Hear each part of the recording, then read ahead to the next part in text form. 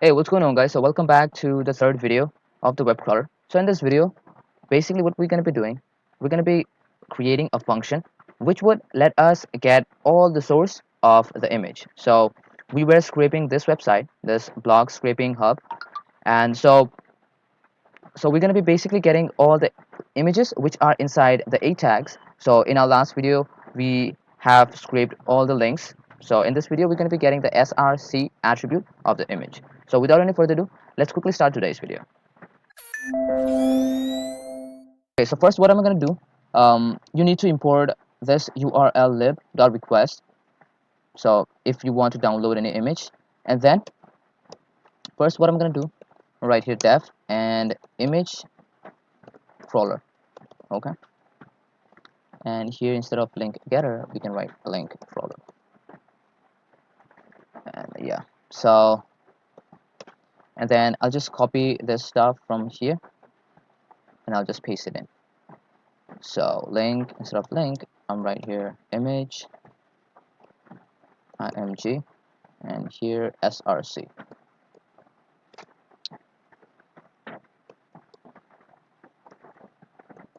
Okay, so this here instead of a, which is basically the link, we need to write here img, and then we need some attribute which is common to all the image that we want to get the source of. So we want to get the images which are inside the a tag. So these basically are the ones, and so for that what we're going to be doing, we're going to just go here and inspect element.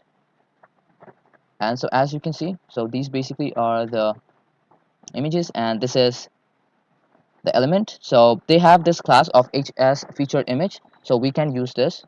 So instead of this link, we're going to write hs featured image, and we're going to get the image. And so this would be the source, and this would be the basic print statement. Now we're going to just write image crawler, and let's run and let's see. Okay, so it has printed all the source of all the image. Now you can create another for loop and get these images, as I have already shown you guys how to make an image downloader. So I'll just quickly show you guys how you can download these. So what you can do, you can just use url, or first you need to create a name of the image. So let's call it random image, random.jpg or png. Let's call it jpeg. Yeah, and then we're going to be writing this url lib dot request dot url retrieve, and here we need to pass in the url. So the url would be this. So um, let's copy this url. Make sure to pass the url inside strings, inside quotations, and then here we need to write url, and then here the name. Now if I run this, I should have closed this. Okay, so as you can see, we have this random.jpg over here. So the png has been downloaded.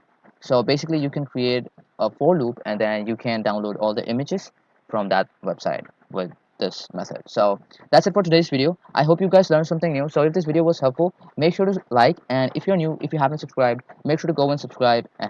And yeah, so that's it for today. Thanks for watching.